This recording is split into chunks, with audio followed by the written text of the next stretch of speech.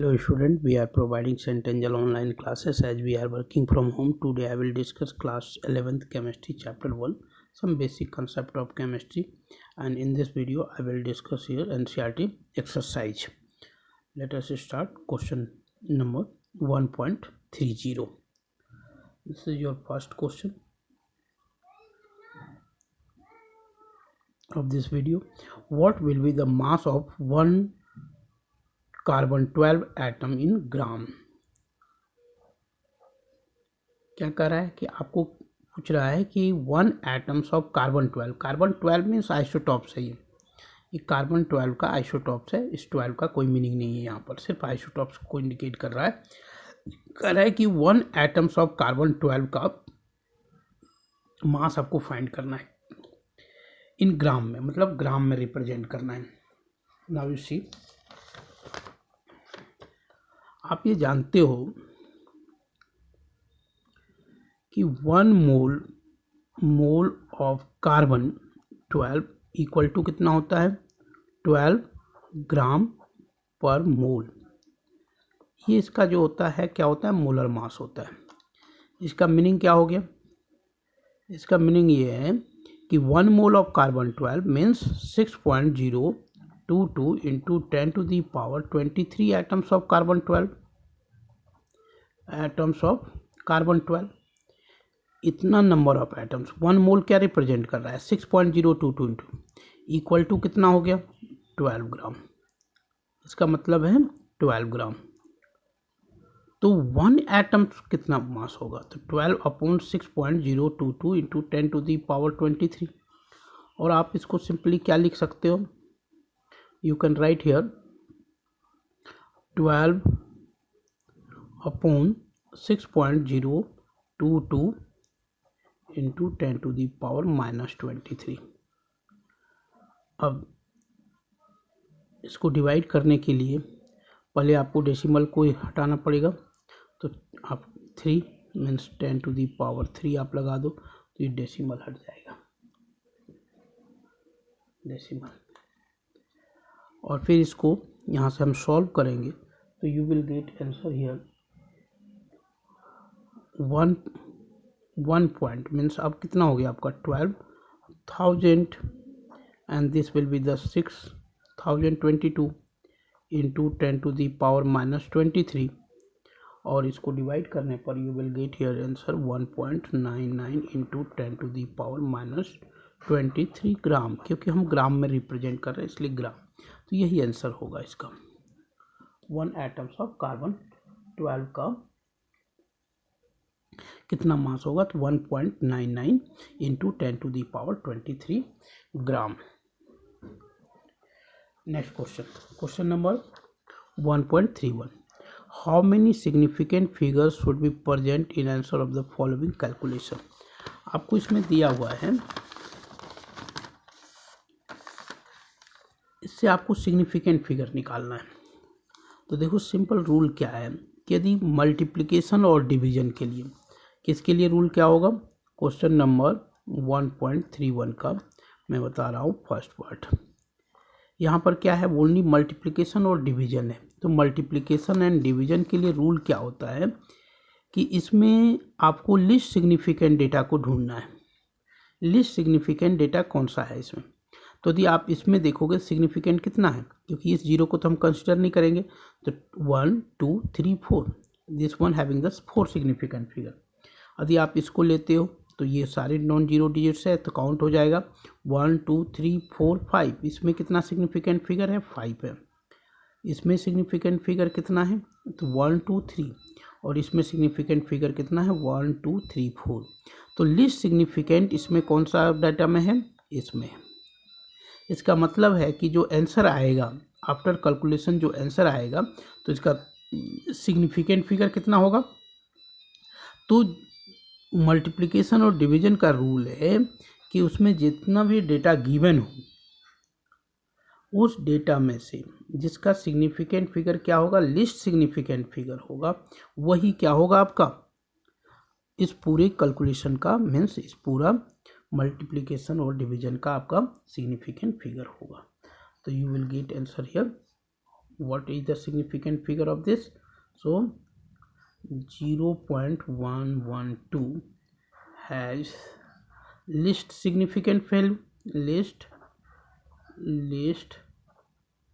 significant value equal to 3.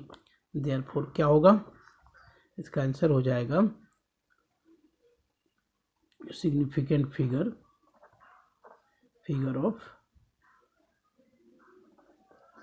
Question number 1 का क्या निकल के आएगा, 3. इसका भी 3 ही होगा. सेकेंड क्वेश्चन में आप देखो, यहाँ भी मल्टीप्लिकेशन है, लेकिन एक 5 जो है वो क्या है, एग्जैक्ट वैल्यू है, विदाउट डेसिमल है. तो जो एग्जैक्ट वैल्यू होता है उसको हम सिग्निफिकेंट फिगर में यहाँ पर नहीं लेते हैं, मल्टीप्लिकेशन एंड डिवीजन में, उसको छोड़ के बाकी जिसका होगा वही सिग्निफिकेंट फिगर. तो यहाँ 2 ही डेटा है, एक 5 है और एक ये है. तो इसको तो ये एग्जैक्ट वैल्यू है, तो एग्जैक्ट वैल्यू का हम सिग्निफिकेंट फिगर में कंसिडर नहीं करते हैं, किसमें, मल्टीप्लिकेशन एंड डिवीजन में. तो यहाँ पर सिग्निफिकेंट फिगर कितना हो जाएगा, तो 1 2 3 4 मीन्स क्वेश्चन नंबर 2 का सिग्निफिकेंट फिगर जो होगा वो कितना होगा आपका 4, क्योंकि सिर्फ आपको इसको कंसिडर करना है और इसका सिग्निफिकेंट फिगर कितना है 4 है. क्वेश्चन नंबर 3 देखो, ये क्या है, एडिशन है. और एडिशन और सब्सट्रैक्शन का रूल क्या है, एडिशन और सब्सट्रैक्शन का रूल है कि जब आप इसको पूरे को ऐड करोगे तो ऐड करने के बाद आपको सिग्निफिकेंट फिगर उतना ही लेना है जितना कि इसमें उतना ही डिजिट आपको डेसिमल के बाद रखना है जितना कि इसमें आपको सिग्निफिकेंट फिगर है, लिस्ट सिग्निफिकेंट फिगर है. तो यदि यहाँ पर देखें तो सिग्निफिकेंट फिगर कितना है, 3 है. इसमें सिग्निफिकेंट फिगर कितना है, 4 है. और इसमें सिग्निफिकेंट फिगर कितना है, 3 है. लेकिन आफ्टर डेसिमल इसमें डिजिट कितना है, आफ्टर डेसिमल यदि हम इसका डिजिट देखें तो कितना डिजिट है इसमें, तो 1 2 3 4. यहाँ भी क्या है, डेसिमल के बाद 1 2 3 4, यहाँ भी डेसिमल के बाद 1 2 3 4.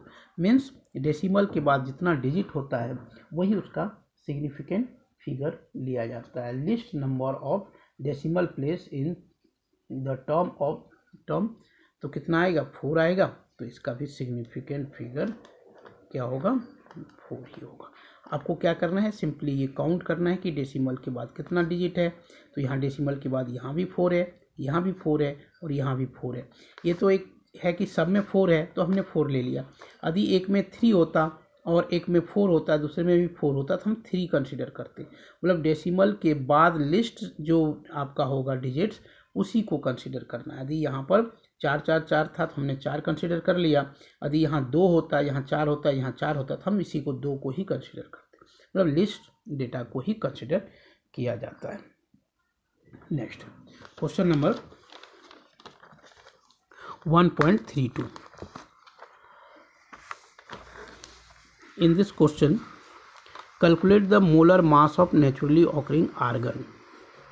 यहाँ जो हम मोलर मास निकालेंगे वो कौन सा मोलर मास होगा, तो इसको हम कहते हैं एवरेज मोलर मास. क्या कहेंगे इसको, average molar mass. Question number 1.32 में जो हम फाइंड करते हैं वो कहलाता है average molar mass. Average molar mass. Average molar mass आप जानते हो कि कुछ एलिमेंट्स जो नेचर में है उसका डिफरेंट आइसोटॉप्स होता है. तो आर्गन भी डिफरेंट आइसोटॉप्स रखता है, आर्गन 36, आर्गन 38 एंड आर्गन 40. तो इसका मोलर मास हम कौन सा कंसीडर करेंगे, तो हमको क्या करना पड़ता है, पहले इसका एवरेज मोलर मास को फाइंड करना पड़ता है.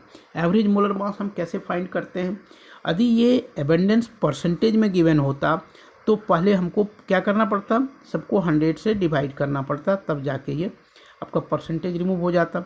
यहाँ एक्चुअली परसेंटेज में नहीं गिवन है, तो सिंपली आपको क्या करना है कि molar mass of argon 36 into abundance multiply कर देना है और फिर उसको ऐड कर देना है इसके प्रोडक्ट में, फिर इसके प्रोडक्ट में ऐड कर देना है simply.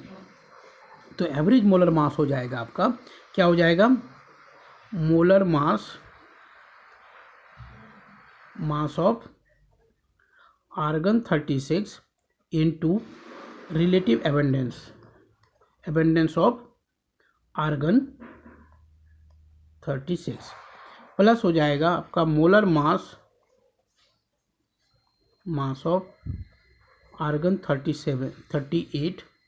38 into what? abundance of argon 38 plus हो जाएगा molar mass of argon 40 into what? Molar abundance of argon 40। बस सिंपली आपको मल्टीप्लाई करके उसके प्रोडक्ट को ऐड कर देना है। तो नाउ यू राइट हियर कितना हो जाएगा 35.96755 इंटू 0.337 प्लस हो जाएगा आपका 37.96272 इंटू 0.063 प्लस 39.9624 इंटू 99.6। अब आप इसको सॉल्व करो, you will get answer here. if you will multiply you will get 39.948 ग्राम पर मोल। और इसको 39.9 को हम क्या कंसिडर कर लेते हैं? एवरेज 40 ग्राम पर मोल, ये कंसिडर हो गया। तो यही इसका एवरेज एटॉमिक मास होता है। तो आर्गन का 40 जो हम कंसिडर करते हैं that is the average atomic mass of argon. Average atomic mass of argon, average atomic mass of argon. Thank you.